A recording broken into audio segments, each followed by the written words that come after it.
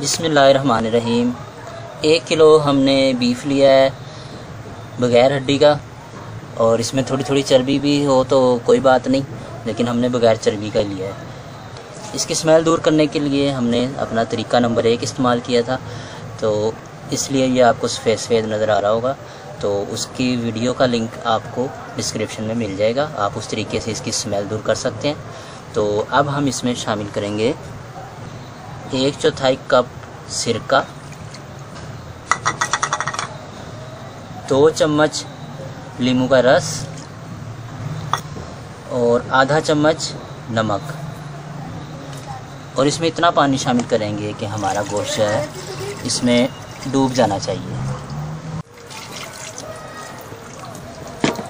तो इसको अब हम दरमियानी आंच पर उबलने के लिए रख देंगे, और इसको हम उस वक्त तक पकाएंगे जब तक इसका जो पानी हुआ है खुश्क हो जाए और गोश्त भी हमारा गल जाए।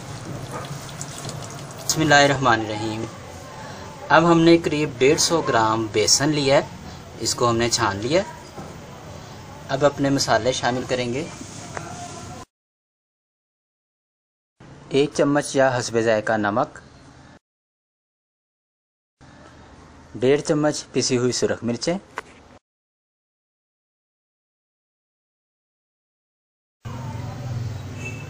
गरम मसाला हमने लेना है आधा चम्मच,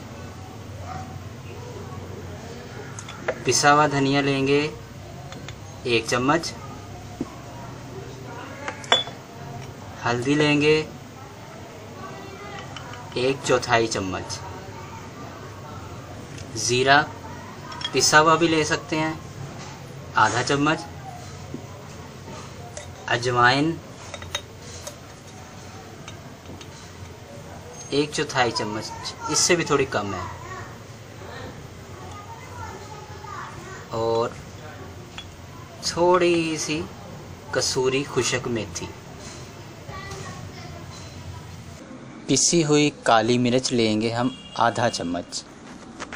ये हमारे पास है अदरक और लहसुन, 1 चम्मच अदरक और 1 चम्मच लहसुन। इसको हमने पीस लिया था, लेकिन इसको अभी हम शामिल नहीं करेंगे। इसको पहले हमने इसी तरह मिक्स करना है, अभी इसमें पानी शामिल नहीं करेंगे। गोश्त हमारा गल चुका है और इसमें थोड़ा सा पानी बाकी है, तो इसमें हमने पानी इसी वजह से शामिल नहीं किया था कि हम इसी जो गोश्त का पानी है यही इस्तेमाल करेंगे इसमें भी, ताकि हमारा गोश्त का मुकम्मल जायका इसमें शामिल करें।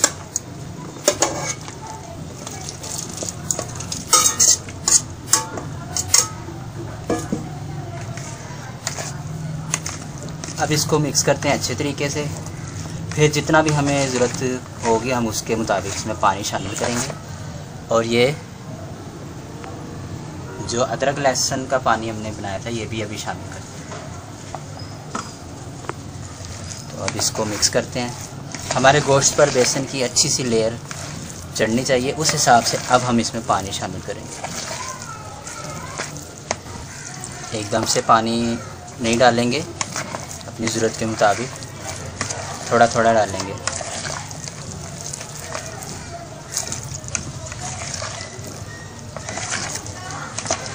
आप चाहें तो हाथ से भी मिक्स कर सकते हैं, लेकिन गोश्त ज़रा गर्म था तो इसलिए मैं चम्मच की मदद से कर रहा हूँ।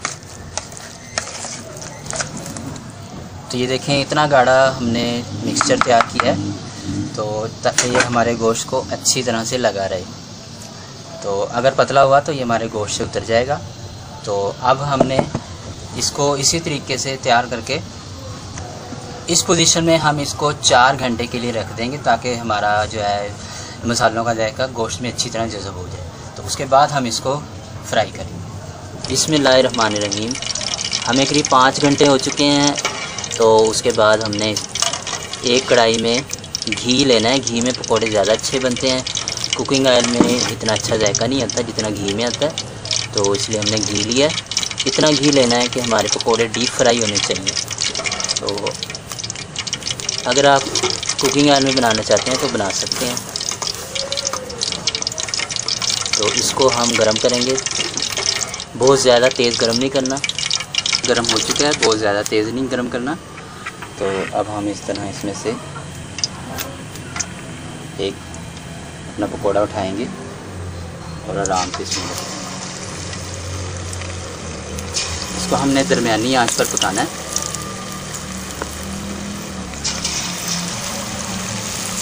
इस तरह हम सारे डाल लेते हैं।